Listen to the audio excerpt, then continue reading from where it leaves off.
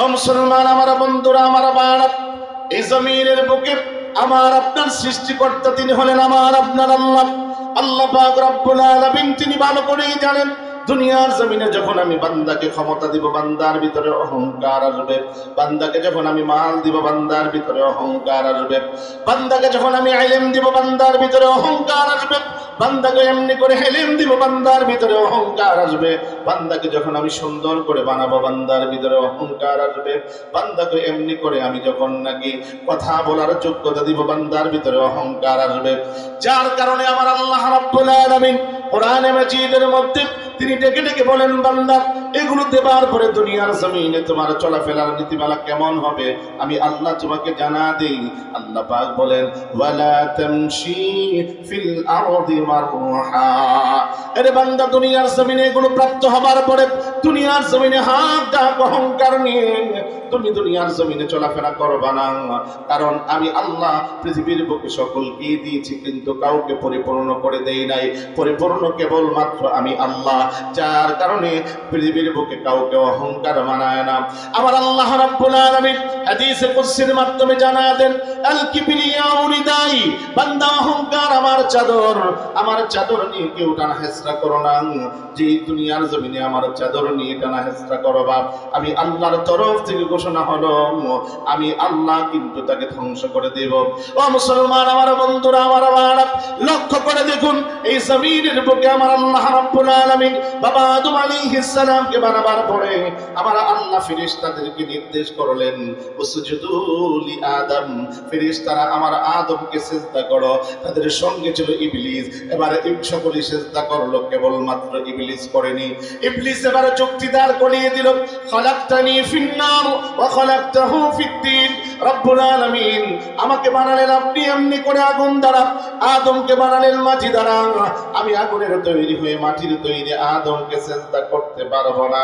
আমার আল্লাহ সঙ্গে সঙ্গে জানা দিলেন, আবা ওয়াস্তাকবার ওয়া কানা মিনাল কাফিরিন। যা যেহেতু তুই অস্বীকার করলি অহংকার করে, তুই যেহেতু অস্বীকার করলি সিজদা দিতে, আমি আল্লাহর তরফ থেকে ঘোষণা হলো তুই কাফিরদের অন্তর্ভুক্ত হয়ে যা। চিৎকার মেরে জবান খুলে বলেন না নাউযু বিল্লাহ। আল্লাহ পাক রব্বুল আলামিন তার तमाम জিন্দেগীর সমস্ত ইবাদত বন্দেগী আমার আল্লাহ মুহূর্তের মধ্যে অহংকার করার কারণে ধ্বংস করে দিয়েছেন। ও আমার ঠাকুর গায়ের মুসলমান, আমি যেই কথাটা বলতে চাই খেয়াল করে শুনুন। এই জমিনের বুকে তার যারা চেলা চামুন্ডা, তার যারা নাতি নাতকুর, তার যারা এমনি করে দোসর এই জমিনে এসেছিল, যাদেরকে আমার আল্লাহ ক্ষমতা দিয়েছেন, যাদেরকে আমার আল্লাহ অর্থ দিয়েছেন, যারাই ক্ষমতার অহংকার, যারাই অর্থের অহংকার করেছিল, আমার আল্লাহ তাদেরকে তুচ্ছ তুচ্ছ জিনিস দিয়ে দুনিয়ার জমিন থেকে বিদায় করে আমার আল্লাহ तमाम দুনিয়ার সমস্ত মানুষদেরকে একটাই মেসেজ দিচ্ছেন, দুনিয়ার মানুষেরা তোমরা শোনো, জেনে রেখো, শুনে রেখো, আমি আল্লাহ কিন্তু অহংকারকারীকে পছন্দ করি না। চিৎকার মেরে জোরে কোন ঠিক? আমি জবান খুলে কোন না ঠিক কিনা? আমার বন্ধুরা, আমার ভাইরা, লক্ষ্য করে দেখুন এই জমিনের বুকে এসেছিল মিস্টার ফেরাউন, ক্ষমতা দিলেন আমার আল্লাহ। সে বলে আনা রব্বুকুমুল আলা, এই কথা বলবার পরে আমার আল্লাহ তাকে দুনিয়া থেকে বিদায় করেছিলেন। কিভাবে? আমার আল্লাহ পারতেন দুনিয়ার জমিনে তাকে বিশাল বড় কামান দিয়ে, বিশাল বড় রাইফেল দিয়ে দুনিয়ার জমিন থেকে বিদায় করতে, কিন্তু আমার আল্লাহর এগুলোর প্রয়োজন হয় নাই। আমার আল্লাহ তাকে বিদায় করতে প্রয়োজন কেবল ছিল আমার আল্লাহর একদম সামান্য সৃষ্টি, সেটা হলো পানি।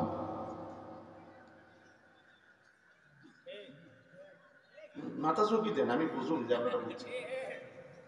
জোরে কোন ঠিক কিনা? বুঝিন আচ্ছা, এই জন্য আমার অন্য অঞ্চলে ওয়াজ করতে এসে মজা লাগে না। আমার একটা জায়গা আছে, আমি সারা বছর 200-250 প্রোগ্রাম যাই করি, মোটামুটি ভাবে 100, মোটামুটি 120টা, এই বছর প্রায় 90-এর কোঠায় আমার সেই সিলেট সুনামগঞ্জ এতটুকু অঞ্চলে আমার চলে। আমি কালকে আমি বললাম না যে আমার ওদিকেই বয়ান চলে, ওরা আমার চোখের ভাষাটাও বোঝে, যার কারণে ওদের সাথে কথা বলতে আমার মজা লাগে। কিন্তু যখন আমি উত্তরবঙ্গে এত কষ্ট করে আসি, কত কষ্ট হয় জানেন? আমার বাসা সেই কেরানীগঞ্জ, সেখান থেকে এয়ারপোর্টে আসতে দীর্ঘ প্রায় অনেক সময় লেগে যায়। তারপরে সেখান থেকে আসি, সেখান থেকে বিমানে করে এসে আমার বিমানে ওঠা মানে আমার ঠেলা গাড়িতে ওঠা এমন মনে হয়। স্বাস্থ্যবান মানুষ তো, এই জন্য বারবার উঠানামা করে আমার ভালো লাগে না। এত কষ্ট করে এসে যদি আপনারা আওয়াজ একটু না দেন, আমি তো জানি আপনাদের ইমানের গর্জন বড় বেশি। ও মুসলমান, আওয়াজ তো দিতে হবে, কারণ আওয়াজ আজ বর্তমানে না দেওয়ার কারণে আজ আমাদের ইমানের মধ্যে জং পড়েছে। জোরে কোন ঠিক কিনা? আর চিৎকার মানে বলেন ঠিক কিনা? ও মুসলমান, আমার বন্ধুরা, আমার ভাইরা, আমি যে কথাটা বলতে চাই, আল্লাহর নাম কেন আসতে বলবেন? ও মুসলমান, জানতে চাই, বলেন তো দেখি, আল্লাহর নাম জীবনে কখন আসতে বলেছেন? জন্ম হলো, জন্ম হবার পরে ওই মুহূর্তের মধ্যে আপনার ডান কানে আযান হলো, বাম কানে ইকামত হলো, ডান কানে আযান, বাম কানে ইকামতের প্রথম ধ্বনি কি? আসতে কোন আসতে দিয়েছিল তো আপনার কানে, এজন্য আসতে বলেন। জোরে বলেন, আসতে দিয়েছিল না জোরে? আরো জোরে বলেন, আসতে না জোরে? মসজিদে গেলেন, মসজিদে যাবার পরে, বড় হবার পরে মুয়াজ্জিন ইকামত দিল, ইকামতের প্রথম ধ্বনি কি? আসতে না জোরে? এমনি করে ইমাম সাহেব নামাজে দাঁড়ালো, ইমাম সাহেব এমনি করে নামাজের ভিতরে ঢুকবে, তাকবীরে তাহরিমা দিল, ওই মুহূর্তের মধ্যে তাকবীরে তাহরিমা আল্লাহু আকবার বলল, ইমাম কি আসতে বলল না জোরে? আপনার মৃত্যু হলো, মৃত্যু হবার পরে বলেন তো দেখি, জানাজা হবে, ওই মুহূর্তের মধ্যে ইমাম সাহেব জানাজার নামাজ পড়াবে, ওই জানাজার নামাজ পড়ানোর ক্ষেত্রে ওই মুহূর্তের মধ্যে ইমাম সাহেব আল্লাহর নাম নিল, অর্থাৎ আল্লাহু আকবার বলল, ওটা কি আসতে বলল না জোরে?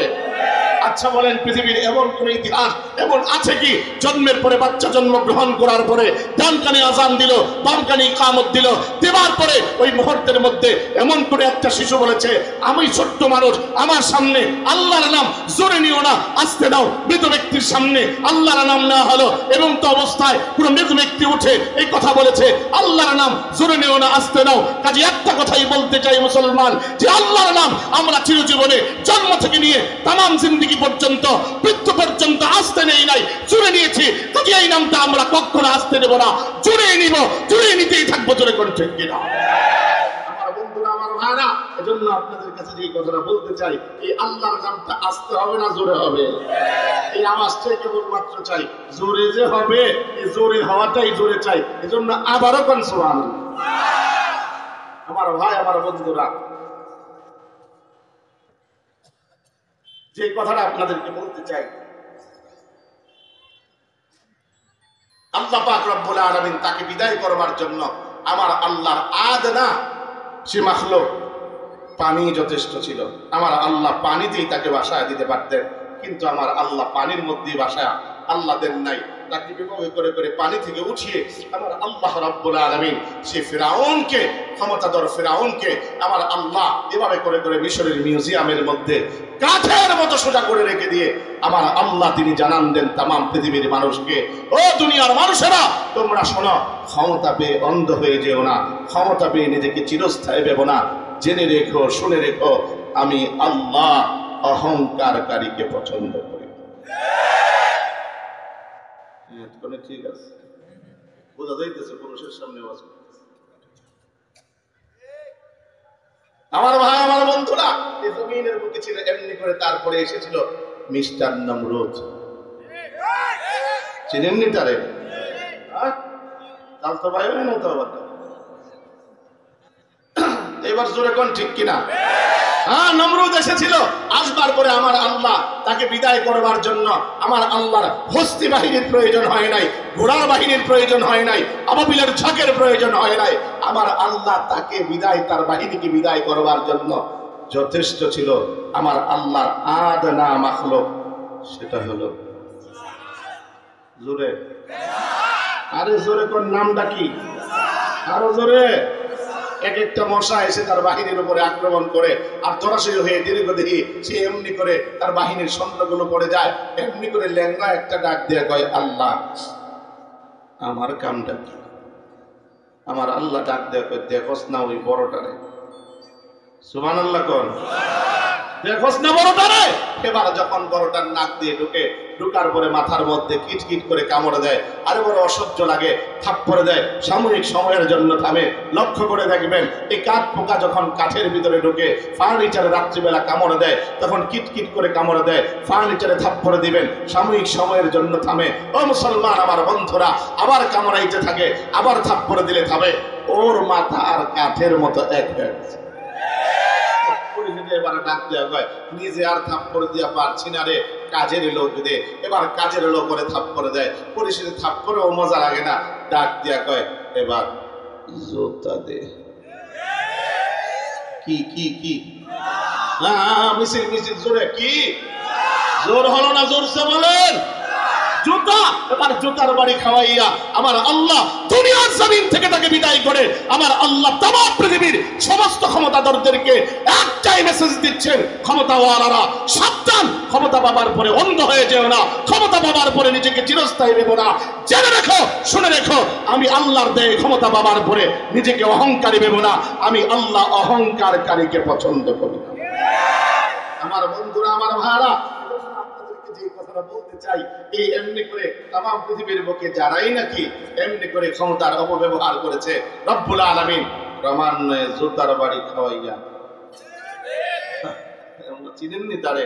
হ্যাঁ, ক্ষমতাধর সেই প্রেসিডেন্ট জর্জ ডব্লিউ বুশ, যখন নাকি আমেরিকার প্রেসিডেন্ট ক্ষমতাচ্যুত হচ্ছিল, ওই মুহূর্তের মধ্যে মনে আছে কিনা, ওই মুহূর্তের মধ্যে সে যখন ইরাকের মাটিতে বাগদাদে কনফারেন্সে ভাষণ দিচ্ছিল, ওই মুহূর্তের মধ্যে আমার আল্লাহ অটোমেটিক এক নওজোয়ান যুবক, আজকে তো তোমাদের যুবকরাও এখানে মাহফিলের ইন্তজাম করেছ, নওজোয়ান যুবক তুমি তাহলে তুমি শোনো, যার থেকে তুমি উদ্বুদ্ধ হতে পারো। এবার মুনতাসির জাইদি তার নাম, ওই যুবক এবার দুই পায়ের দুইটা জুতা খুলে এবার সেই ক্ষমতাধর জর্জ ডব্লিউ বুশের দিকে নিক্ষেপ করে ডাক দিয়ে বলেছিল, শোনো, একটা হলো আমার তরফ থেকে, আরেকটা হলো আমার এই দেশের ইরাকের মাটির মজলুম এমনি করে জনতার পক্ষ থেকে আমার আল্লাহ পাক ক্ষমতাধর সেই জর্জ ডব্লিউ বুশকে জুতার বাড়ি খাওয়াইয়া দুনিয়ার জমিন থেকে এমনি করে আমার আল্লাহ ক্ষমতাচ্যুত করে মেসেজ দিচ্ছেন, জেনে রেখো, শুনে রেখো, আমি আল্লাহ অহংকারকারীকে পছন্দ করি না। আরো জোরে কোন ঠিক কিনা? আমার বন্ধুরা, আমার ভাইরা, এই জমিনে এসেছিল অর্থশালী অনেক অহংকারী। এই জমিনে এসেছিল মিস্টার কারণ। কত অর্থ ছিল? আজকে আপনার অর্থ কতটুকু? আপনি হয়তো এমনি করে ঠাকুরগাঁও এলাকায় হয়তো বা কোটি টাকারই মালিক হলেন, 2 কোটি টাকারই মালিক হলেন, 3 কোটি টাকারই মালিক হলেন, 5 কোটি টাকারই মালিক হলেন, হয়তো বা 10 কোটি, কিন্তু এর থেকে অর্থশালী এই জমিনে আছে না? না, বিল গেটসের কথা শুনছেন আপনারা? হ্যাঁ, বিল গেটসের কথা শুনছেন, যার প্রতি সেকেন্ডের মূল্য এতটুকু, যার $1000 যদি পড়ে যায়, সে 1 সেকেন্ডের জন্য নত হয়ে যে উঠাবে এতটুকু সময়। কথা বলেন না কেন? অতটুকু তো হতে পারেন নাই, কিন্তু কারণের হাল হচ্ছিল তাফসীরের কিতাবের মধ্যে এসেছে, তার গোডাউনের চাবিগুলো মাল নয়, গোডাউনের চাবিগুলো বহন করার জন্য একটা উট নয়, বরঞ্চ 80টা উটের প্রয়োজন হতো। মুসলমান আমার বন্ধুরা, পয়গম্বর মূসা আলাইহিস সালাম তারই চাচাতো ভাই ডাক দিয়ে বলতে লাগলেন, কারণ আল্লাহ তোমাকে সম্পদ দিয়েছে, কাজী আল্লাহর পথে তুমি ব্যয় করো। এই কথা বলতে দেরি হয়েছে, মাথা হট হয়ে এবার বলতে লাগলো, অসম্ভব, তোমার আল্লাহ আমার সম্পদ দেয় নাই, আমি আমার নিযোগ্যতা বলে, নিজ ক্ষমতার বলে আমি সেটাকে অর্জন করেছি। ওই মুহূর্তের মধ্যে সঙ্গে সঙ্গে বলতে লাগলো, না, আল্লাহ তোমাকে সম্পদ দিয়েছে। ও মুসলমান আমার বন্ধুরা, আমার ভাইয়েরা, আমি যে কথাটা আপনাদেরকে শোনাইতে চাই, এই মুহূর্তের মধ্যে তিনি যখন পিটাপিটি করতে লাগলেন, মুহূর্তের মধ্যে কারণ ক্ষিপ্ত হইয়া এবার বলতে লাগলো, শোনো, তোমারে কিন্তু আমি ছাড়বো না। পয়গম্বর মূসা বলেন, আল্লাহর পক্ষে কথা বলতে আমি মূসা পরোয়াও করি না। জোরে কোন সুবহানাল্লাহ। পয়গম্বর মূসা আলাইহিস সালামের বিরুদ্ধে এবার নারীকে লেলিয়ে দিল, নারীকেই কথা বলতে বলল, নারী রে, মজমার ভিতরে তুমি দাঁড়িয়ে কথা বলবা। পয়গম্বর মূসা তোমার সঙ্গে অপকর্ম করেছে, তোমাকে দর্শন করেছে। আমার বন্ধুরা, আমার ভাইরা, নারী দাঁড়ালো বটে মজমার ভিতরে, আমি জানতে চাই এই হৃদয়ের মালিক তিনি কে? আর জোরে জবান খুলে চিৎকার মেরে বলেন, কে? আল্লাহ হলেন এই হৃদয়ের মালিক, আল্লাহ রাব্বুল আলামিন। আল্লাহ পাক তিনি জানান দেন, দুনিয়ার মানুষেরা তোমরা শোনো, আমি আল্লাহ রাব্বুল আলামিনের 2 আঙ্গুলের চিপায় তোমাদের অন্তর, আমি যে কোনো মুহূর্তে তোমাদের অন্তরকে ঘোরায় দিতে পারি। আমার বন্ধুরা, আমার ভাইরা, যখনই নাকি নারী দাঁড়ালো পয়গম্বর মূসার বিরুদ্ধে বলবার জন্য, নারী এবার বলতে লাগলো, এলাকার জনগণ তোমরা শোনো, আমি তোমাদেরকে জানান দিচ্ছি, তোমরা ভালো করে শোনো, পয়গম্বর মূসার বিরুদ্ধে আনিত যে অভিযোগ, এটা সম্পূর্ণ মিথ্যে, সম্পূর্ণ মিথ্যে। পয়গম্বর মূসা সে একজন নির্দোষ নিষ্কলুষ মানুষ, সে আল্লাহর প্রেরিত একজন পয়গম্বর। জোরে কন্যা সুবহানাল্লাহ। এই কথা বলতে দেরি হয়েছে, পয়গম্বর মূসা আলাইহিস সালাম আল্লাহকে ডেকে ডেকে বলতে লাগলেন, রব্বুল আলামিন, আমি চাই ওর কল্যাণ, ওর চাই আমার অকল্যাণ, আমি চাই ওর ভালো, ও চাই আমার খারাপ। আল্লাহ তুমি তাকে ধরো, তুমি তাকে পাকড়াও করো। আল্লাহ পাক রব্বুল আলামিন সঙ্গে সঙ্গে নির্দেশ দিলেন, পয়গম্বর মূসা তাহলে শোনো, আমি যাও এই জমিনকে তোমার অধীনস্থ বানা দিলাম, এই জমিনকে তুমি যা বলবে তাই করবে। মূসা আলাইহিস সালাম এবার এই জমিনকে, মাটিকে ডেকে ডেকে বলতে লাগলেন, মাটি রে তুমি তাকে ধরো, তুমি তাকে পাকড়াও করো। শুধু এতটুকুই নয়, যে সম্পদ নিয়ে অহংকার করে তাকে সহকারে তুমি পাকড়াও করো। পয়গম্বর মূসা আলাইহিস সালামের কথা বলতে দেরি হয়েছে, সঙ্গে সঙ্গে ওই মাটি তাকে এমনি করে তার সম্পদ সহকারে পাকড়াও করে তার জমিনের মধ্যে গর্বের নিতে নিতে লাগলো। কিয়ামত পর্যন্ত নিতেই থাকবে। আমার আল্লাহ পাক রব্বুল আলামিন এই ক্ষমতাধর এমনি করে এই সম্পদশালী অহংকারী কারুনকে আমার আল্লাহ তুচ্ছ মাটি দিয়ে দুনিয়ার জমিন থেকে বিদায় করেন। আমার আল্লাহ একটাই মেসেজ দিলেন, দুনিয়ার মানুষেরা অর্থ পাবার পরে অহংকার করো না, অর্থ পাবার পরে নিজেকে এমনি করে বড় কিছু মনে করো না, কারণ আমি আল্লাহ অহংকারকারীকে পছন্দ করি না। জোরে কোন ঠিক কিনা? মুসলমান, এজন্য আমি যে কথাটা বলতে চাই, এই জমিনে এসেছিল সাদ্দাম, অনেক অর্থের মালিক ছিল, আমার আল্লাহ ইহানতের সাথে তাকেও বিদায় করেছেন। ও মুসলমান, আমি যে কথাটা বলতে চাই, এই জমিনের বুকে কাজী সম্পদ হলো, ক্ষমতা হলো, আপনি কি হবেন? আমি বলি, মাটির তৈরি যে মানুষ, আপনি মাটির মতো বনে যান। যদি মাটির তৈরি মানুষ মাটির মতো বনতে পারেন, হবেনটা কি? হবে তো এটুকু, আমি আপনি যখন নাকি প্রতিনিয়ত ওই অবস্থায় কবরের মধ্যে লাশ রাখতে যাই, প্রথম যখন মাটিখানা এমনি করে কবরের ভিতরে দিতে যাই, ঠিক ওই মুহূর্তে একখানা দোয়া আমি আপনি পড়ি। সেই দোয়াটুকুন হলো, মিনহা খালাকনাকুম ওয়া ফিহা নুঈদুকুম ওয়া মিনহা নুখরিজুকুম তারাতান উখরা। ও মাটি, তোর থেকে আমার সৃষ্টি, তোর মাঝে আমাকে মৃত্যুর মাধ্যমে ফিরে যেতে হবে, তোর থেকে পরকালে আমাকে ময়দানে মাহশরে উত্থিত হতে হবে। ও আমার বাপ, আমি যেই কথাটা বলি, নওজোয়ান আমার বন্ধুরা, আমি যেই কথাটা এখানে বলতে চাই, পদ্মানিশীর মা ও বোনেরা, আমি যেই কথাটা বলতে চাই, আজ পৃথিবীর প্রত্যেকটা মানুষ এই কথাটা কেবলমাত্র জবানের মধ্যে সীমাবদ্ধ না রেখে প্রত্যেকটাই কথা যদি অন্তরের সাথে মিলা বলতো, তাহলে প্রতিটা মানুষ মাটির মতো মানুষ বলে দেয়, মাটির মতো মানুষ বলে যাইতো। এই জন্য আমি আপনাদের কাছে বলতে চাই, আমি আপনাদের কাছে যে কথাটা বলতে চাই, গভীর মনে কথাটা শোনার চেষ্টা করেন। আমার বন্ধুরা, অন্তত পক্ষে এই জমিনের বুকে অর্থ হয়েছে, ক্ষমতা হয়েছে, জমিনের বুকে আপনি সুন্দর হয়েছেন, এমনি করে আপনার জওয়ানি আছে, জমিনের বুকে আপনি অনেক এলিমের অধিকারী, আপনার অনেক কথা বলার বাকপটু। আমি বলি, অন্তত পক্ষে জমিনে আপনি ভাইরাল হতে চান, প্রসিদ্ধ হতে চান, অসুবিধা নয় প্রসিদ্ধ হতে, কারণ বর্তমান যুগটাই ভাইরালের যুগ। আমি যে কথাটা বলতে চাই, রাসূলুল্লাহ বারণ করেন নাই, আল্লাহর নবী বলেন, প্রসিদ্ধ যদি হতে চাও ফর্মুলা আমি দিয়ে গেলাম। নবীজি বলেন, মান তাওয়াযা লিল্লাহ রাফাহুল্লাহু দারাজাত। আল্লাহর জন্য যে বিনয়ী হয়, আল্লাহর জন্য যে নমনীয় হয়, আমার আল্লাহ তার মর্যাদা বাড়া দেন। ঠিক না? এই জায়গায় সুবহানাল্লাহ একটু জোরে কোন। আপনারা অনেকে ভাবতেছেন, হুজুর আম করে খেলে সুবহানাল্লাহ কষ্ট দিতেছেন। আমি বলি, না রে ভাই, আমি কষ্ট দিতে আসি নাই, আমি আপনাদের নেকের পাল্লা গুনাহ মাফ করানোর জন্য, অর্থাৎ আপনাদেরকে বোঝাবার জন্য এসেছি, যাতে করে গুনাহগুলো কিছু হালকা হয়, নেকের পাল্লাটা যেন ভারী হয়। এটা দোস্ত, আমি আপনি যখন বলি সুবহানাল্লাহ, ওই মুহূর্তে আমরা বলি কথা, আল্লাহ তুমি পবিত্র। আমার আল্লাহ ফেরেশতাদেরকে ডেকে ডেকে বলেন, ফেরেশতারা, বান্দা আমার বলছে নাকি, বান্দা বলছে আমি নাকি পবিত্র। আরে ফেরেশতারা, আমি তো অটোমেটিক এমনিই তো পবিত্র, কিন্তু আমার বান্দা বলছে আমি নাকি পবিত্র। তাকা দেখ না, এই জান্নাতের বাগানটায় বসে আছে কারা? বলে মালিক, এই বসে আছে এখানে আপনার বান্দা আব্দুল্লাহ, আব্দুর রহমান, আব্দুল করিম, আব্দুল শুকুর, আপনার এই বান্দাগুলো বসে আছে। আমার মালিক এবারে ডেকে ডেকে বলেন, ফেরেশতারা, বান্দা আমার বলছে নাকি? বলে মালিক বলছে আপনার বান্দা আপনি পবিত্র। আমার মালিক ডেকে ডেকে বলেন, ফেরেশতারা, আমি তো অটোমেটিক এমনি পবিত্র, আমার গুনাহ নাই, গুনাহের ময়লা নাই, কিন্তু যে বান্দারা বলছে তারা, তাদের গুনাহ আছে, গুনাহের ময়লা আছে। জেনে রাখ, শুনে রাখ, যারা বলে সুবহানাল্লাহ, জবান খুলে বলে সুবহানাল্লাহ, আমি পবিত্রতার ঘোষণা দেয়, আমি আল্লাহ তাদের ব্যাপারে ঘোষণা দিলাম, আমি আল্লাহ তাদেরকে গুনাহের ময়লা থেকে পবিত্র বানা দেব। আরো একবার বইলে আরেকটু পবিত্র সুবহানাল্লাহ, আরো জোরে বইলে আরেকটু পবিত্র হন না, জবানটা খুইলা বইলে আরেকটু পবিত্র হন না। আপনারা জানেন আমার নবী সেমনি করে রজবের রজনীতে মেরাজে গিয়েছিলেন। এই তো শুধুমাত্র গুনাহের পাল্লা হালকা হয় না রে দোস্ত, আমি আপনাদেরকে বুঝাইতে চাই নেকের পাল্লাটাও যে বাড়ি হয়, মিজানের পাল্লাও যে বাড়ি হয়। এটা দোস্ত আমার নবী যখন মেরাজের রজনীতে গিয়েছিলেন, ওই মুহূর্তের মধ্যে সপ্তম আসমানে পয়গম্বর ইব্রাহিম নবীর সাথে সাক্ষাৎ।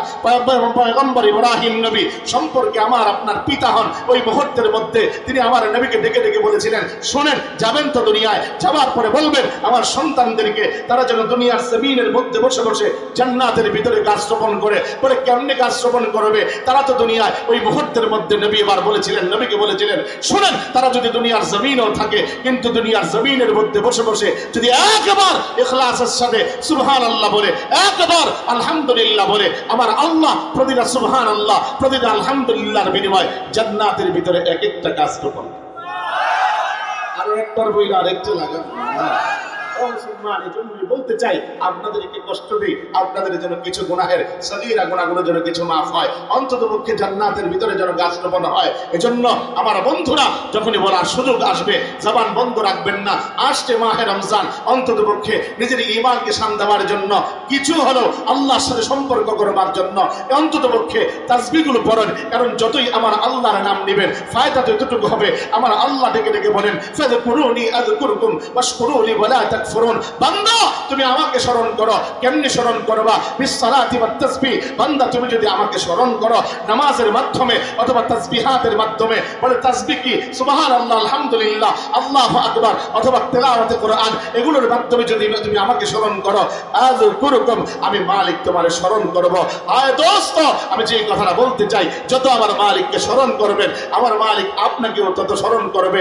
মাহে রমজানের আগে আমার মালিকের সাথে সম্পর্ক জোড়াতে রাজি আছেন তো ইনশাআল্লাহ? আমার বন্ধুরা, আমার ভাইরা, যে কথাটা আপনাদেরকে শোনাচ্ছিলাম, এজন্য এই জমিনের বুকে যদি আপনি ভাইরাল হতে চান অন্তত পক্ষে নিজেকে বিনয়ী বানান। যদি বিনয়ী বানাতে পারেন, আপনাদের একটা প্রশ্ন করি, বলেন তো দেখি, আসমান থেকে যখন বৃষ্টি হয় বৃষ্টির পানিটা কোথায় জমা হয়? উঁচা টিলায় না নিচা জমিনে? নিশ্চয়ই নিচা জমিনে।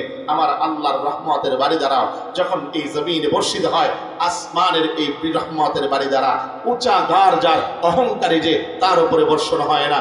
যার ঘাটটা আল্লাহর জন্য নত হয়ে আছে তার উপরেই আমার আল্লাহর রহমত বর্ষিত হয়। ছোট্ট একটা ঘটনা বললে আরো সুন্দরভাবে বুঝতে পারবেন। আপনি তো ভাইরাল হতে চান দুনিয়ার মানুষের কাছে, কিন্তু আপনি যদি বিনয়ী হতে পারেন তামাম পৃথিবীর বুকে এমনি করে আপনি ভাইরাল তো হবেন, আসমানের ফেরেশতাদের মাঝেও আপনি প্রসিদ্ধ হয়ে যাবেন।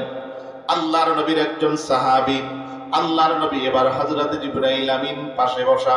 আল্লাহর নবী ওই মুহূর্তের মধ্যে আল্লাহর নবীকে ডাক দিয়ে বলতে লাগলেন, নবী গো, ওই যে চাদর মোড়া দিয়ে যে লোকটা যায়, ওই লোকটাকে গো আপনার সাহাবী আবু যর। আল্লাহর নবী বিশ্ব নবী রাহমাতাল লিল আলামিন তিনি আবার ডাক দিয়ে বলতে লাগলেন, জিবরাইল, আমার সাহাবী আবু যরকে তুমি কেমন করে চিনো?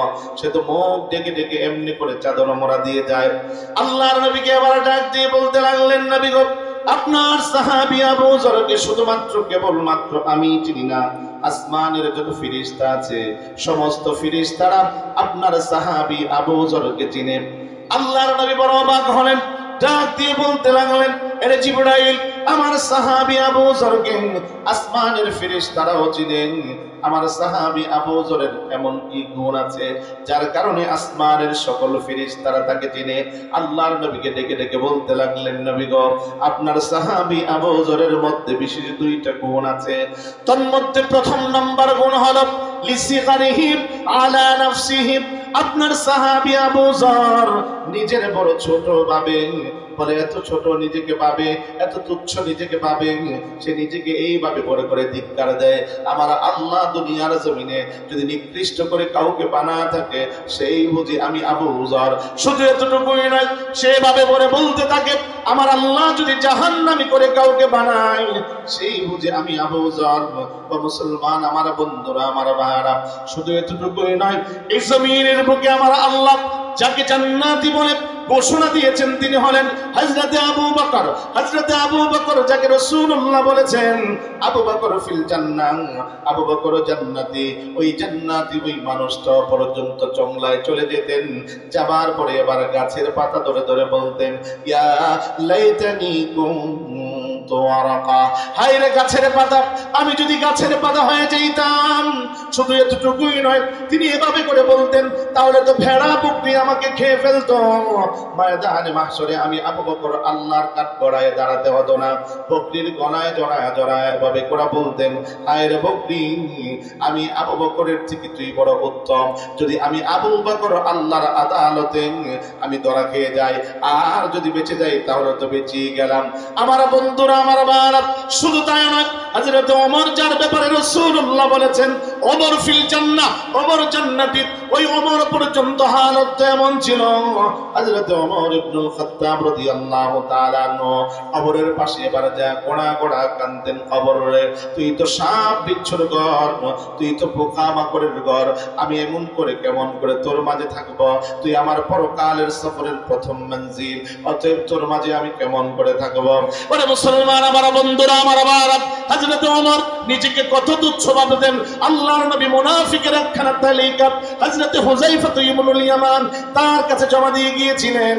হযরত হুযায়ফা ইবনুল ইয়ামান রাদিয়াল্লাহু তাআলা আনহুর কাছে যে এবার হযরত ওমর তিনি বলতে লাগলেন ও ভাই হুযায়ফা, বলো তো দেখি, আমাকে বলো তুমি মুনাফিকের তালিকায় আমার নামখানা আছে কিনা। হযরত ওমর ইবনুল খাত্তাব কথা বলবার পরে হুযায়ফা ইবনুল ইয়ামান বলতে লাগলেন ভাই রে, আমি এই কথা বলতে পারবো না, কারণ হলো রাসূলুল্লাহ আমার কাছে এটা আমানত দিয়ে গিয়েছেন। আল্লাহর নবী বিশ্ব নবী রাহমাতুল লিল আলামিন এই কথা আল্লাহর নবীর সাহাবী হযরত ওমর এই কথা শুনবার পরে তিনি আবার বারাক্রান্ত হৃদয় নিয়ে ঘরে ফিরে গেলেন, হতাশ হয়ে ঘরে পেয়ে গেলেন। যাবার পরে আবার পরের দিন আবার আসলেন, আসবার পরে আল্লাহর নবীর সাহাবী এবার এসে ডাক দিয়ে বলতে লাগলেন হুযায়ফা ভাই বলো তো দেখি মুনাফিকের তালিকায় আমি ওমরের নামখানা আছে কিনা। হযরত হুযায়ফা আবার উত্তর করে বলতে লাগলেন না, এই কথা তো বলা যাবে না। আল্লাহর নবী বিশ্ব নবী রাহমাতুল লিল আলামিনের সাহাবী ওমর আবার হতাশ হয়ে তিনি এবার বলতে লাগলেন না না, একটু আমাকে বলো না। এবার হযরত ওমর প্রশ্ন করে বলেন ভাই বলো তো দেখি, আজ আমি ওমর যদি আজ রাতে ইন্তেকাল করি, এমত অবস্থার ভিতরে আমার আগামীকাল তো জানাজা হবে, ওই মুহূর্তের মধ্যে ওই জানাজার ভিতরে তুমি হুযায়ফা অংশগ্রহণ করবে কিনা। হযরত হুযায়ফা এবার বলতে লাগলেন ভাই ওমর বলেনটা কি, আমি কেমন করে আপনার জানাজায় অংশগ্রহণ করব না, কারণ হলো রাসূলুল্লাহ আপনার ব্যাপারে অনেক প্রশংসা করেছেন, আপনি রাসূলের এমনি করে আমার দ্বিতীয় নাম্বার ইসলামের খলিফা, আপনার জানাজায় কেন অংশগ্রহণ করব না।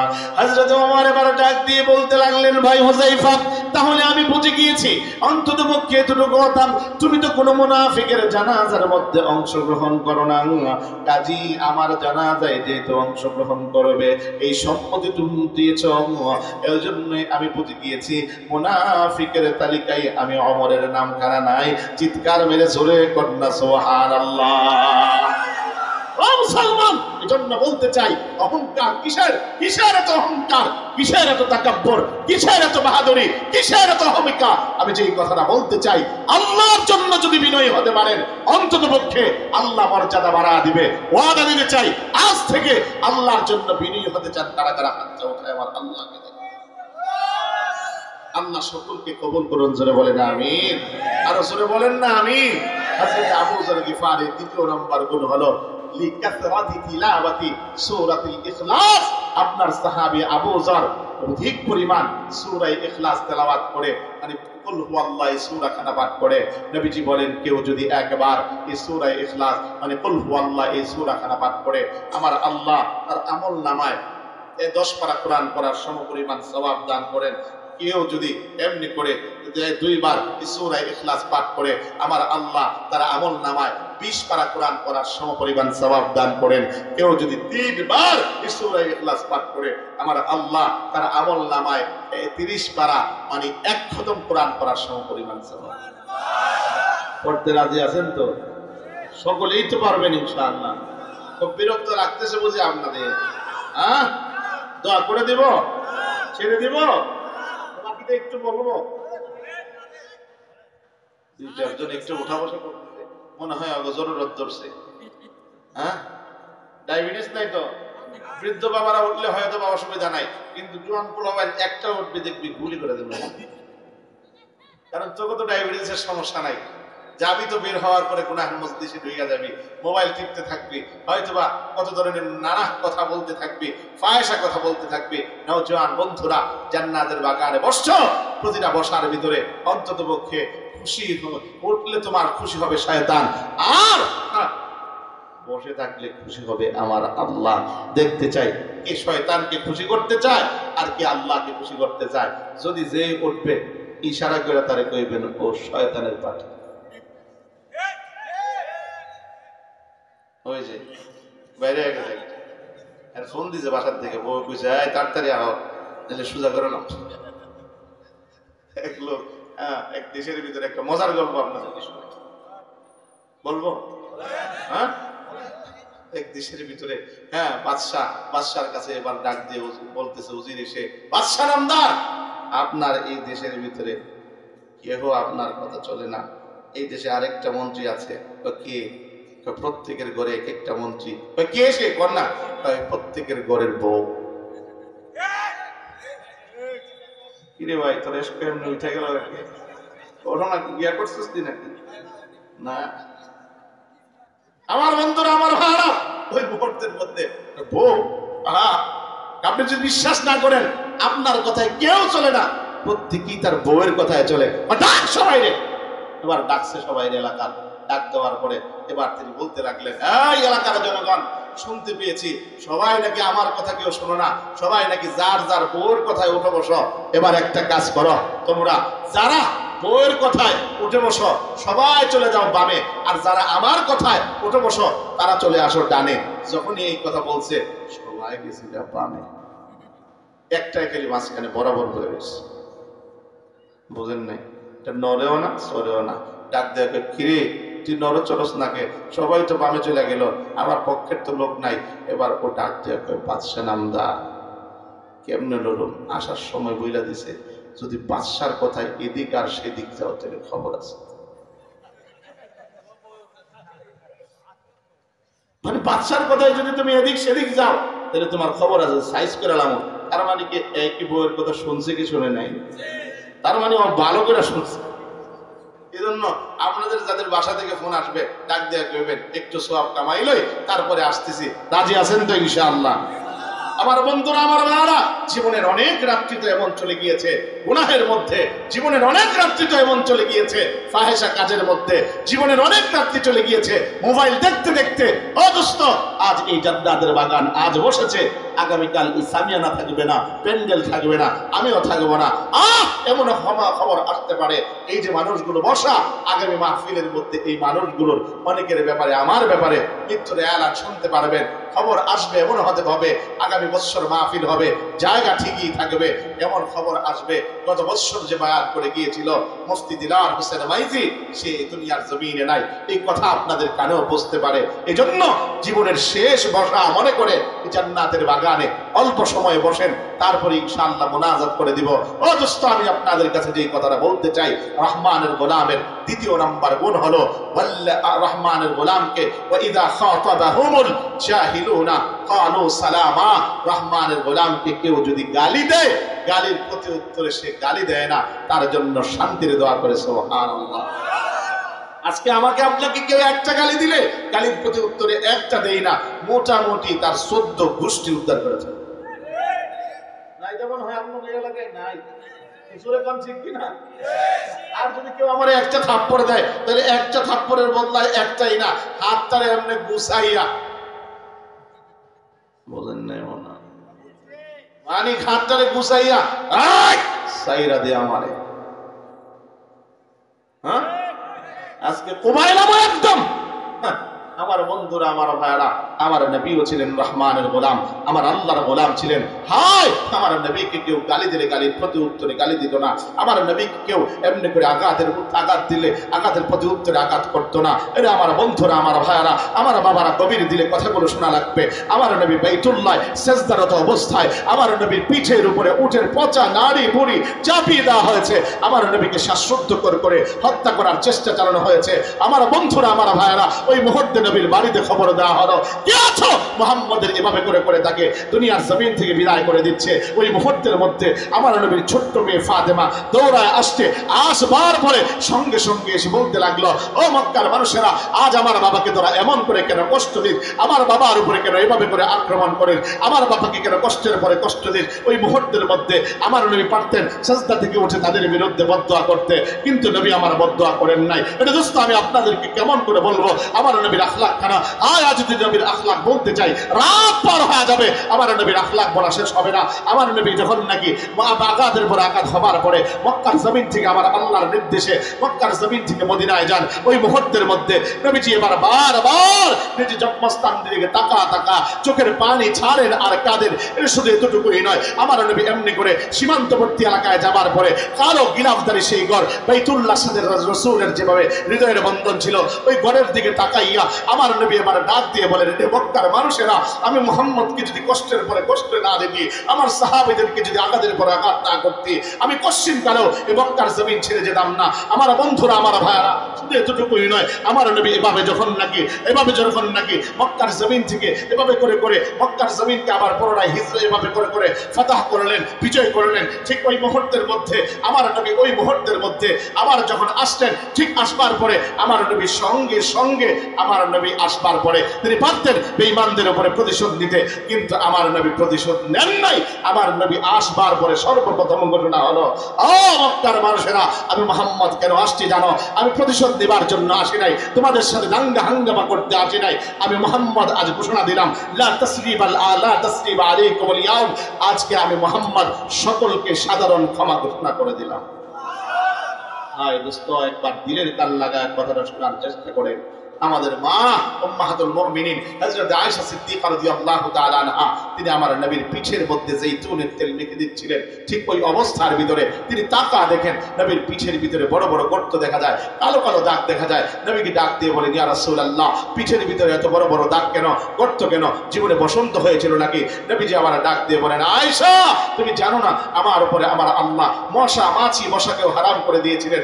আয়েশা, আমার বসন্ত হবে কোত্থেকে? আয়েশা, অতীতের কথা স্মরণ করে আমার কষ্ট দিও না রে আয়েশা, তুমি জানো না আমি যখন মক্কার জমিনে এভাবে করে আমি বড় আশা নিয়ে মক্কার জমিন থেকে তায়েফের মাটিতে গিয়েছিলাম, যাবার পরে এভাবে তায়েফবাসীগুলো আমার পিছনে ছোট্ট বাচ্চাকে লেলিয়ে দিয়েছে, আমাকে পাগল বলে আখ্যায়িত করে আমার পিঠের মধ্যে এভাবে করে পাথর নিক্ষেপ করেছিল রে আয়েশা। ওই মুহূর্তের মধ্যে আমি একবার নয় রে আয়েশা, আমি তিনবার বেহুশ হয়ে জমিনের মধ্যে পড়ে গিয়েছিলাম। আয়েশা আমাকে বারবার জ্ঞান ফিরিয়ে আমার উপরে পাথর নিক্ষেপ করেছিল রে আয়েশা। ও আয়েশা, ওই মুহূর্তের মধ্যে ফেরেশতারা বলেছিল, বলেন না গো মুহাম্মদ, একটু জমিনটাকে উল্টায় দেয়, তাদের জমিনটাকে উল্টায় দেয়। আমার নবীর আখলাক খানা শোনো। আমার নবী ওই মুহূর্তের মধ্যে সঙ্গে বললেন, ও ফেরেশতারা, তোমরা শুনে রেখো, এই মানুষগুলো তারা আমাকে চিনে না, আমার আল্লাহকে চিনে না, কাজে আমি মুহাম্মদ তাদেরকে মাফ করে দিলাম। আমি নবীর আখলাক যদি আজ বলতে চাই রাত পার হবে, তবে নবীর আখলাকবান হলে রাসূলের রঙে যদি রঙিন হওয়া যায়, কেমন হবে সমাজ ব্যবস্থা? মারামারি থাকবে না, কাটাকাটি থাকবে না, ঝগড়া থাকবে না। ছোট্ট একটা এক্সাম্পল দিয়ে বিষয় থেকে আমি বের হয়ে যাব। ও মুসলমান, হযরত ওমর প্রধান বিচারপতি, সেই তোমার মধ্যে হযরত আবু বকর হলেন প্রধান খলিফা। হযরত ওমর 2 বছর বিচারকের দায়িত্ব পালন করা শেষে আয়েশা বলতে লাগলেন, নেন আপনার এই দেশের ভিতরে আমি আর বিচারকের দায়িত্বে থাকতে চাই না। যখন এই কথাটা বলবার পরে হযরত আবু বকর বলতে লাগলেন, ভাই, তোমার কি আমার এই খেলাফতের প্রতি লোভ ঢুকেছে নাকি? তুমি কি নেতা হতে চাও নাকি? হযরত ওমর এবার বলতে লাগলেন, আস্তাগফিরুল্লাহ, আমি নেতা হতে যাব? শুনেন, আমি নিজেকে তো নেতা হবার জন্য যোগ্যই মনে করি না। জোরে কন্যা সুবহানাল্লাহ। তাহলে তুমি ছাড়তে চাও কেন বিচারপতির দায়িত্ব? বলে শোনেন গো আবু বকর, আসলে এই 2 বছর যাবত আমি এই দেশের ভিতরে প্রধান বিচারপতির দায়িত্বে আছি। মদিনার একটা মানুষ আমার কাছে মারামারি কাটাকাটির বিচার তো দূরের কথা, আমার কাছে একটা ঝগড়ার বিচারও পর্যন্ত নিয়ে আসে নাই। কাজে এই দেশের ভিতরে বসে বসে বিচারকের মসনদে আমি বাইতুল মাল থেকে বাতাকে অযোগ্য বিচারপতি হিসাবে আমি এই দেশে থাকতে চাই না, এজন্য আমি দায়িত্ব ছাড়তে চাই। জোরে বলেন সুবহানাল্লাহ। এজন্য রাসূলের নবী রঙিন হতে চান, কারা কারা হাত উঠান তো দেখি ইনশাআল্লাহ। আল্লাহ সকলকে কবুল। আমার বন্ধুরা, আমার ভাইয়ারা, আমি বাকিগুলোর তরজমা আপনাদেরকে শোনা যায়। রহমানের গোলামের 3য় নাম্বার গুণ, ওয়াল্লাযীনা ইয়াবিতুনা লিরাব্বিহিম সুজদাও ওয়া কিয়ামা। রহমানের গোলাম রাত্রিবেলা রুকুতে সেজদায় এভাবে করে করে তার রাতটাকে কাটাবে। নওজোয়ান আমার বন্ধুরা, আমার বৃদ্ধ বাবারা, আজ খোশগল্পের ভিতরে রাত কাটাও। নওজোয়ান বন্ধুরা, মোবাইলটাকে এমনি করে হাতের মধ্যে নিয়ে কম্বলটা নাকে মুখে দিয়ে কানের ভিতরে হেডফোনটাকে ঢুকিয়ে, ও মুসলমান আমার বন্ধু, নওজোয়ান পরিজার টুকরা যুবক, তুমি বান্ধবীর সাথে চ্যাট করতে করতে কাটাও, বান্ধবীর সাথে কথা বলতে বলতে কাটাও। তুমি এভাবে করে করে লেংটা নারীর ছবি দেখো, সিনেমা দেখতে দেখতে রাতটাকে কাটাও। আর তুমি ভাবো তোমার পাশেই তোমার বাবা দেখে না, তোমাকে মা দেখে না, তোমার ভাই দেখে না, তোমার বোন দেখে না, তোমার পরিবারের কেউ দেখে না, কিন্তু তুমি জানো রে দোস্ত, পৃথিবীর কেউ না দেখলেও একজন তিনি দেখেন। তিনি কে? আল্লাহ। তিনি দেখেন এবং ডাকেন, এই বলে বলে ডাকেন। একটু কথাটা শোনার চেষ্টা করো, আমি এখনই শেষ করে দিব। হায় আমার মালিক ডেকে ডেকে বলেন, ইয়া আইয়ুহাল ইনসান মা গাররাকা বিরাব্বিকাল কারীম। হায় রে মানুষ, আমি রব্বে কারীম থেকে তোরে কোন জিনিস ফিরা দিল? এই দুনিয়ার নায়ক নায়িকা তোরে এই চক্ষুখানা দেয় নাই, দুনিয়ার গায়ক গায়িকা তোরে এই কানখানা দেয় নাই, দুনিয়ার নেতা নেত্রী তোরে এই জবানখানা দেয় নাই, আমি মালিক তোরে দিয়েছি বান্দা। তারপরে আমি মালিকের সাথে এভাবে দৃষ্টতা দেখাও। আমার মালিক ওই মুহূর্তে পারতেন তোমার আমার ঘরের দরজার অক্সিজেনটাকে আস্তে করে বন্ধ করে দিয়ে দুনিয়ার জমিন থেকে বিদায় করে দিতে, কিন্তু মালিক তা করেন নাই। আমার মালিক বড় আশা নিয়ে এভাবে করে বলতে থাকেন, কুল ইয়া ইবাদিয়াল্লাযীনা আসরাফু আলা আনফুসিহিম লা তাকনাতু মির রাহমাতিল্লাহ। ও বান্দা, ও নবী, আপনি বলেন আমার বান্দা যদি নিজের নফসের উপর জুলুম করেও ফেলে, কিন্তু আমি মালিক থেকে যেন নৈরাশ না হয়। আমি মালিক গফফার, আমি মালিক সত্তার, আমি মালিক রহমান, আমি মালিক রহিম। এটা দোস্ত, আমার মালিক যদি সত্তারই না হতেন, আমি আপনি যত পরিমাণ গুনাহ করি, এই গুনাহ যদি আমার মালিক প্রকাশ করে দিতেন, আমি অন্ততপক্ষে বাবা হিসাবে সন্তানের কাছে নিজের চেহারাখানা দেখাইতে পারতাম না। আমার মালিক যদি আমার আপনার গুনাহগুলোকে প্রকাশ করে দিতেন, আমার মালিক যদি ঢেকে না রাখতেন, অন্ততপক্ষে এমনি করে সন্তান হিসাবে বাবার কাছে চেহারা দেখাইতে পারতাম না। আমার মালিক বলেন, বান্দা আমি সত্তার, আমি গফফার বটে, তুমি কেবলমাত্র আমি মালিকের কাছে গুনার বোঝা নিয়ে আমি আল্লাহর কাছে হাত বাড়ায়া চোখের পানি ছাইরা খাটিয়ে দিলে তওবা করো, আমি আল্লাহ তোমার জিন্দেগীর সমস্ত গুনাহে মাফ করে দেব।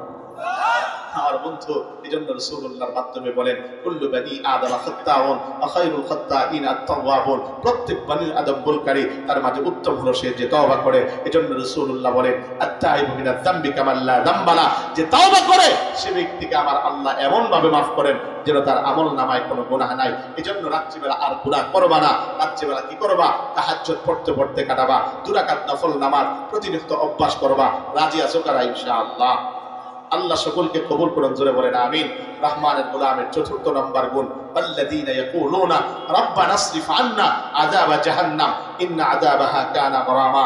রহমানের গোলাম এই কথা বলবে, আল্লাহ তোমার আযাব বড় কঠিন, অতএব তোমার সেই আযাব জাহান্নাম থেকে আমারে মুক্তি দাও। ওরে দোস্ত, দুনিয়ার জমিনে দালাল কোঠা, বাড়ি গাড়ি, মিল ফ্যাক্টরির মালিক হওয়া এটাই সফলতা না, বরঞ্চ দুনিয়ার জমিনে আপনি অন্ততপক্ষে মরবার আগে এই কথার ঘোষণা পাওয়া, ইয়া আইয়াতুহান নাফসুল মুতমাইন্না ইরজিই ইলা রাব্বিকি রাদিয়াতান মারদিয়্যা ফাদখুলি ফি ইবাদি ওয়াদখুলি জান্নাতি।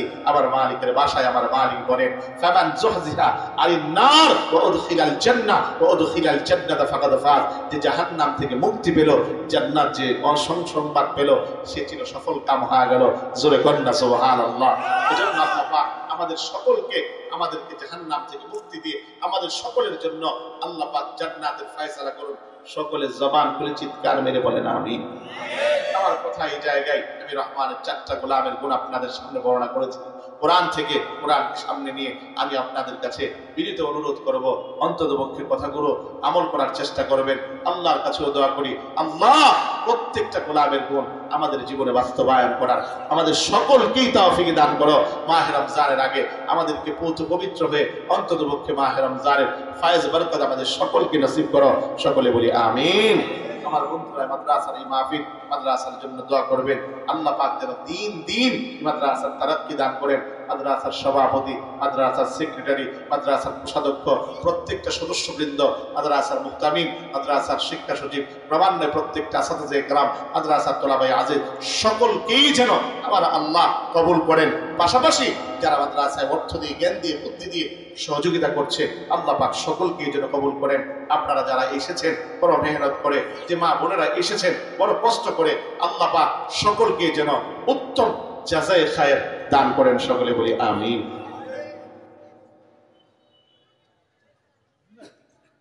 দুরূদ শরীফ পড়ি। আল্লাহুম্মা সাল্লি আলা মুহাম্মাদ ওয়া আলা আলি মুহাম্মাদ কামা সাল্লাইতা আলা আলি ইব্রাহিম ইন্নাকা হামিদুম মাজিদ। আল্লাহুম্মা বারিক আলা মুহাম্মাদ ওয়া আলা আলি মুহাম্মাদ। আলহামদুলিল্লাহি রাব্বিল আলামিন ওয়াল আকিবাতু লিল মুত্তাকিন والصلاة والسلام على أشرف الأنبياء والمرسلين. ربنا ظلمنا أنفسنا وإن لم تغفر لنا وترحمنا لنكونن من الخاسرين. ربنا فاغفر لنا ذنوبنا وكفر عنا سيئاتنا وتوفنا مع الأبرار. رب ارحمهما كما ربياني صغيرا. رب العالمين يا الله تعالى দুই দিন ব্যাপী তাফসীর ও কোরআন মাহফিল, আজকে দ্বিতীয় দিনে আখিরে রজনীতে আল্লাহ আমরা কত গুনাহগার, গুনাহের বোঝাইনি তোমার আলিশান দরবারে ফকির ভিখারি কাঙ্গালির মতো করে হাত উত্তোলন করেছি। মালিক মেহেরবান খোদা, আমাদের গুনাহের দিকে না তাকিয়ে তোমার রহমান, তোমার গফফার, সত্তার, রউফ, লতিফ এই সমস্ত গুণবাচক নামগুলোর দিকে তাকিয়ে আল্লাহ আমাদের জিন্দেগীর तमाम গুনাহকে তুমি maaf করে দাও।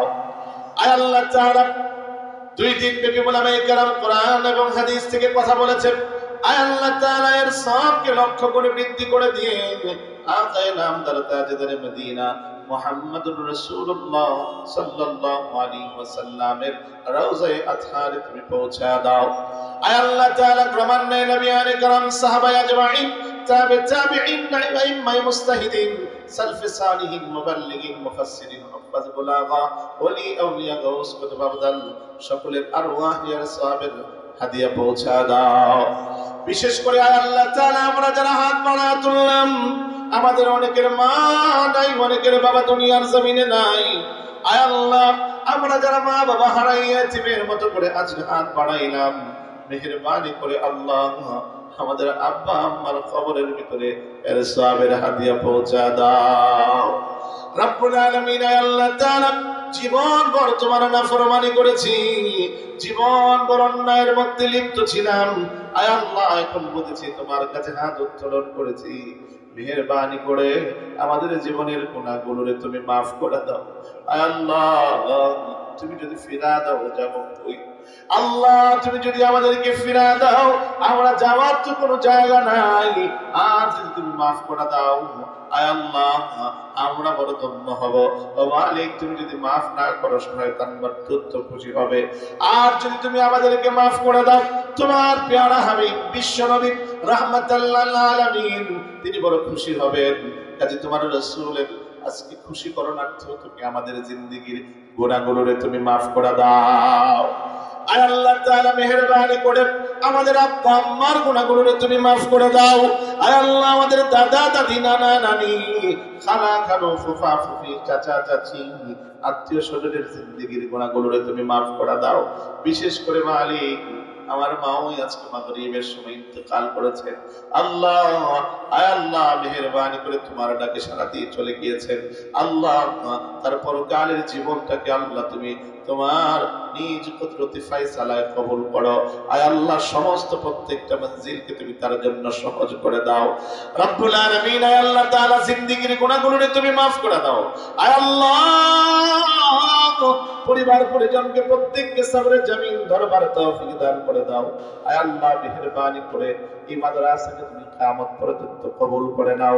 দারুল উলুম দাওয়াতের নকশকদমে এই মাদ্রাসাকে কবুল করে নাও রব্বুল আলামিন।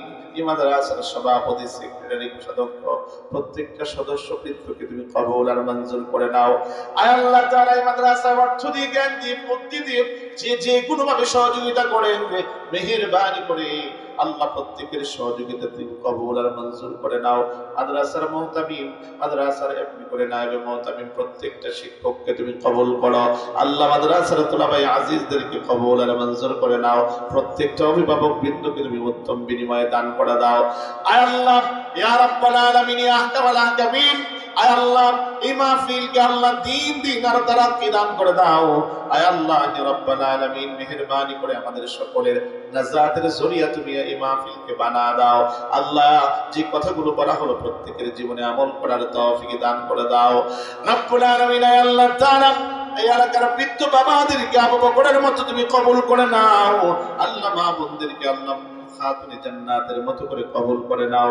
নওজোয়ান আমার পরিচার যুবক ভাইদেরকে আল্লাহ হযরত ওমরের মতো করে কবুল আর মঞ্জুর করে নাও। বাচ্চাগুলোকে মাআজ মুআফফিজের মতো করে কবুল করে নাও রব্বুল আলামিন। আল্লাহ তাআলা অসুস্থদেরকে শিফা দাও, ঋণগ্রস্ত ব্যক্তিদেরকে ঋণ মুক্ত করে দাও আল্লাহ। অভাব অনটনে যারা ভুগছে অভাব অনটন দূর করে দাও আল্লাহ। জমির মধ্যে বেশি বেশি ফসল ফলা দাও। ব্যবসায়ী ভাইদেরকে ব্যবসার মধ্যে বরকত দাও আয় আল্লাহ। কর্মজীবী ভাইদের কর্মের মধ্যে সক্ষমতা দান করে দাও রব্বুল আলামিন। যে প্রশাসনের ভাইরা আল্লাহ এমনি করে আল্লাহ যারা নাকি এমনি করে ক্ষমতায় আছে তারা রব্বুল আলামিন যে কোনো ভাবে মাহফিলের সহযোগিতা করেছে প্রত্যেককে আল্লাহ উত্তম জাযায়ে খায়ের দান করে দাও। মালিক মেহেরবান খোদা তোমার কাছে একটাই ফরিয়াদ, বাইতুল্লাহর মুসাফির না বানায়া আল্লাহ আমাদেরকে মরণ দিও না আল্লাহ, আমাদেরকে মরণ দিও না। যে গিয়েছে বারবার যাওয়ার তৌফিক দিয়ে দিও আল্লাহ। আল্লাহ আমাদেরকে হঠাৎ মৃত্যু দিও না আল্লাহ। আমাদেরকে স্ট্রোক দেওয়া মাইরো না রে আল্লাহ। আল্লাহ আমাদেরকে কিডনি রোগে আক্রান্ত করে মাইরো না, ক্যান্সার রোগে আক্রান্ত করে মাইরো না, বাসের চাপায় ফালায় মাইরো না, আগুনে পোড়ায় মাইরো না আল্লাহ। পানিতে চুবায় আমাদেরকে মাইরো না আল্লাহ। স্বাভাবিক আমাদের সকলকে মরণ দিও আল্লাহ। আল্লাহ যে মুহূর্তে তুমি খুশি ওই মুহূর্তে আমাদের মরণ দিও আল্লাহ। বেঈমান বানায় কবরে ডাইকো না রে আল্লাহ। আল্লাহ মেহেরবান খোদা মরণটা দিবা যে মাসে সেটা যেন মাহে রমজান হয়, দিনটা যেন আল্লাহ শুক্রবার হয় আল্লাহ। অন্তত পক্ষে সেজদারত অবস্থায় মরণ দিও। আমাদের সকলকে তোমার নাম বানায় নিও। রব্বির হামহুমা কামা রব্বায়ানি সগীরা ওয়ারহামনা মা'আহুম বিরহমাতিকা ইয়া আরহামার রাহিমিন।